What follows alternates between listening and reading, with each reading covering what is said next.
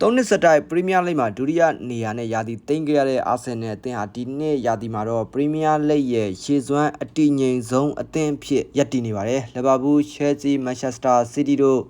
ပုံမှန်ရှေ့စွမ်းရဖို့ရုန်းကန်နေရတဲ့အချိန်မှာအာဆင်နယ်ကတော့အကောင်းဆုံးရှေ့စွမ်းမဟုတ်တော့အတည်ငြိမ်ဆုံးရှေ့စွမ်းကိုပြသထားနိုင်တာတွေ့ရပါတယ်။ဒီရာသီပရီးမီးယားလိဂ်9ပွဲကစားပြီးချိန်မှာ9ပွဲနိုင်1ပွဲတည်1ပွဲရှုံးရမှတ်22မှတ်နဲ့အဆင့်1နေရာမှာ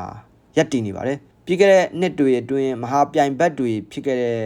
မန်ချက်စတာစီးတီးဟာရမှတ်16မှတ်နဲ့အဆင့်9နေရာကိုရောက်နေပါပြီ။လီဗာပူးကတော့ရမှတ်15မှတ်နဲ့အဆင့်9နေရာအထိရောက်နေပါတယ်။ဆိုတော့အာဆင်နယ်ဟာသူ့ရဲ့မဟာပြိုင်ဘက်တွေကိုရမှတ်6မှတ်ဒါမှမဟုတ်9မှတ်လောက်ဖြတ်ထားနိုင်တာတွေ့ရမှာပါ။လက်ရှိပရီးမီးယားလိဂ်ရဲ့အကောင်းဆုံးခံစစ်ကိုပိုင်ဆိုင်ထားပြီးပရီးမီးယားလိဂ်9ပွဲမှာ3ဂိုးပဲပေးထားရပါတယ်။တိုက်စစ်ကတော့16ဂိုးအထိသွင်းယူပြီးဒုတိယအကောင်းဆုံးတိုက်စစ်ဖြစ်နေပါတယ်။နံပါတ်1အကောင်းဆုံးတိုက်စစ်ကမန်ချက်စတာစီးတီးဆိုပေမဲ့သူတို့က18ဂိုးပဲသွင်းထားတာကြောင့်အာဆင်နယ်တိုက်စစ်တဲ့2ဂိုးပဲပိုသွင်းထားတာပါအားသာချက်ကအာဆင်နယ်ဟာနေရာစုံကစားသမားစုံကနေသွင်းဂိုးတွေရယူနိုင်တာဖြစ်ပြီးမန်ချက်စတာစီးတီးကတော့ပရီးမီးယားလိဂ်18ဂိုးမှာတိုက်စစ်မှုဟာလင်းကပဲ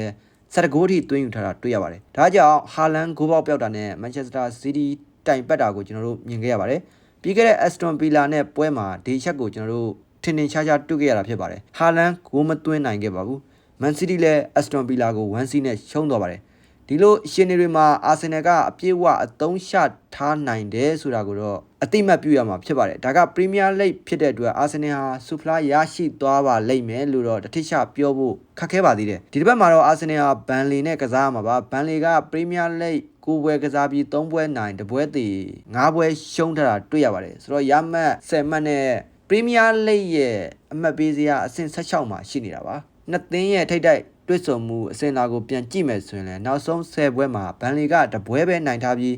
အာဆင်နယ်ကတော့6ပွဲအထိနိုင်ထားပါတယ်3ပွဲကတည်ကြထားပါတယ်ဘန်လီဟာအိမ်ကွင်းကစားပုံကောင်းပေမဲ့အာဆင်နယ်လိုအသင်းကိုရင်ဆိုင်ကစားဖို့ဆိုတာတော့မဖြစ်နိုင်ပါဘူးဒါကြောင့်ဒီပွဲမှာအာဆင်နယ်ကပဲအနိုင်ရသွားလိမ့်မယ်လို့ယုံကြည်ရပါတယ်